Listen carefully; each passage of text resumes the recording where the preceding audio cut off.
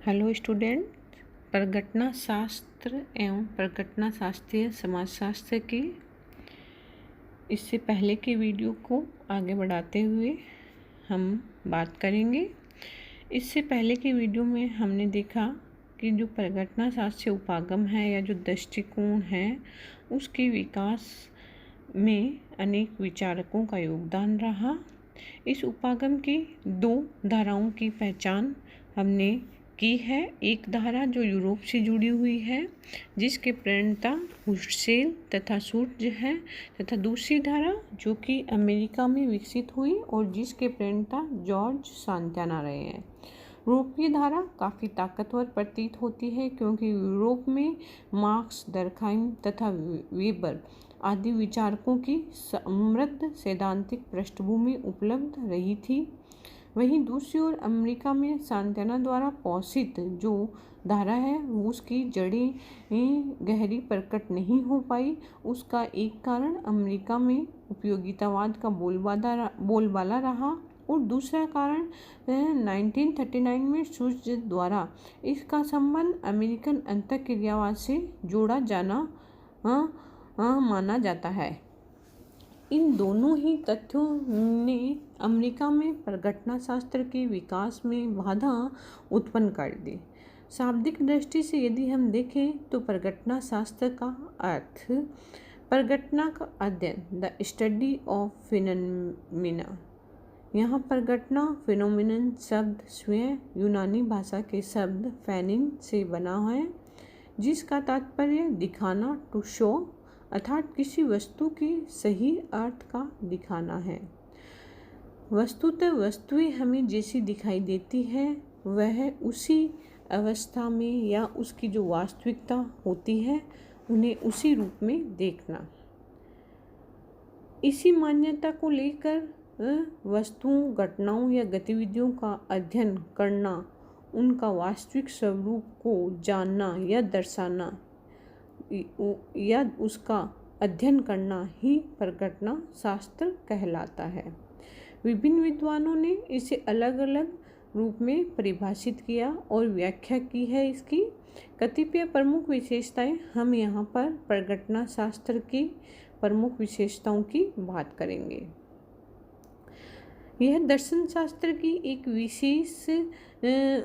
विशिष्ट जिसकी शुरुआत व्यक्ति से होती है और व्यक्ति को स्वयं के अनुभव के द्वारा जो भी जाना जाता है या जो भी उसके द्वारा होता है उसके इसमें सम्मिलित किया जाता है। स्वयं के अनुभव के बाहर जो भी हमारी पूर्व मान्यताएं, पूर्वाग्रह और दार्शनिक बोध होते हैं वे सब इस क्षेत्र के अध्ययन से बाहर होते हैं। समाजशास्त्र विज्ञान शब्दकोश के अनुसार प्रघटना शास्त्र वह है जिसके माध्यम से सामाजिक क्रिया के अर्थ की व्यक्तिगत दृष्टिकोण से व्याख्या की जाती है।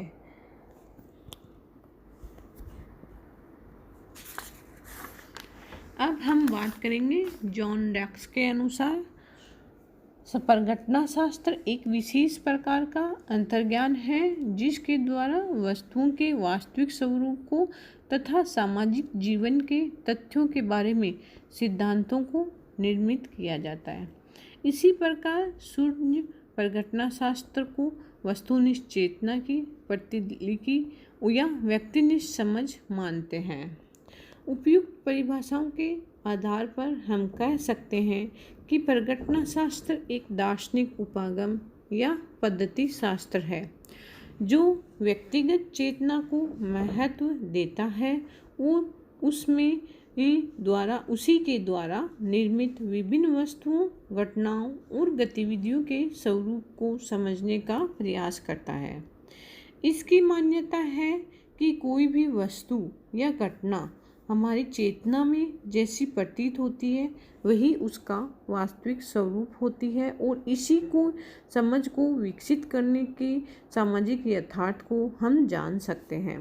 ऊपरी तौर पर ऐसा हमें प्रतीत होता है कि प्रघटना शास्त्र ने समाजशास्त्रीय ज्ञान के विकास को सराहनीय योगदान नहीं दिया है, परंतु यदि हम पूर्णतया सत्य नहीं है, क्योंकि 1960s में यह समाजशास्त्रियों के लिए सामाजिक यथार्थ को समझने के लिए एक नई प्रकार की अंतर्दृष्टि के लिए एक स्रोत बन गया।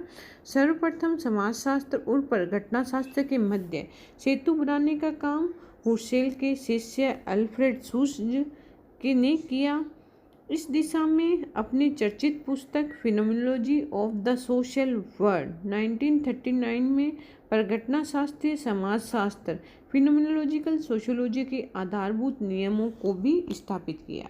इस प्रकार परिघटना शास्त्रीय समाजशास्त्र आज मुख्य समाजशास्त्र की एक विशिष्ट शाखा के रूप में जाना जाता है।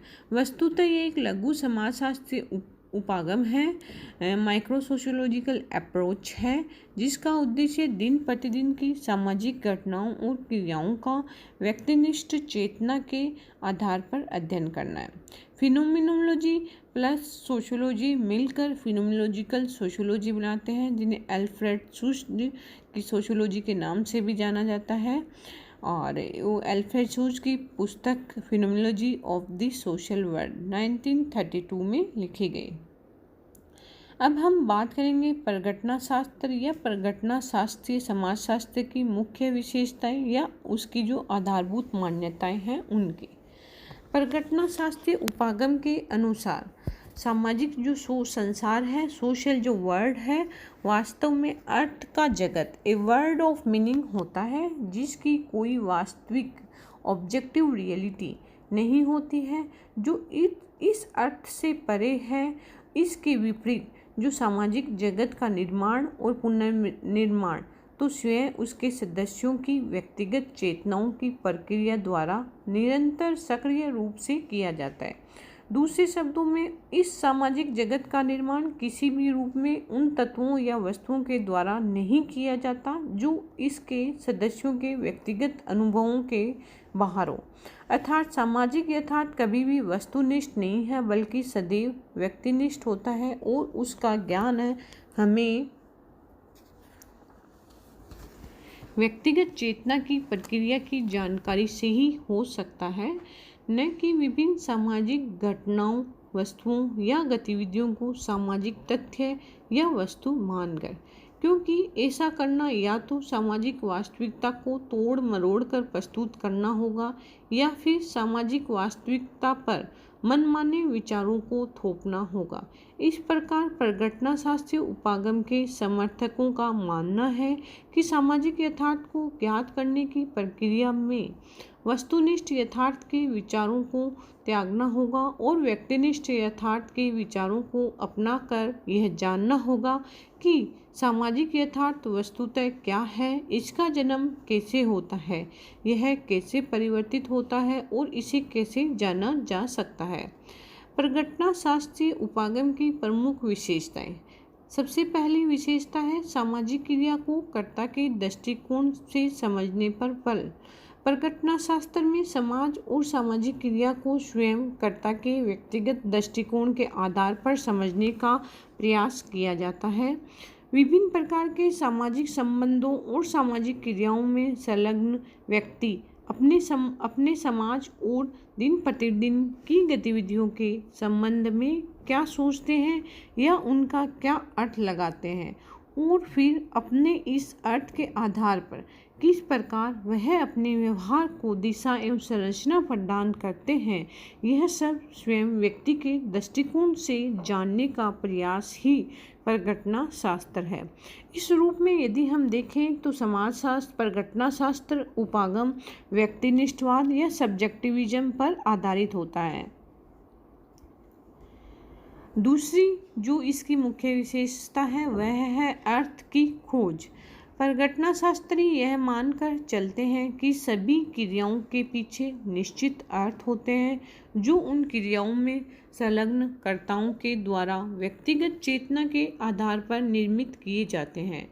इसलिए यदि इन क्रियाओं के वास्तविक स्वरूप को समझना है तो इन क्रियाओं को कर्ताओं द्वारा किए गए व्यक्तिगत अर्थ को समझना अनिवार्य हो जाता है।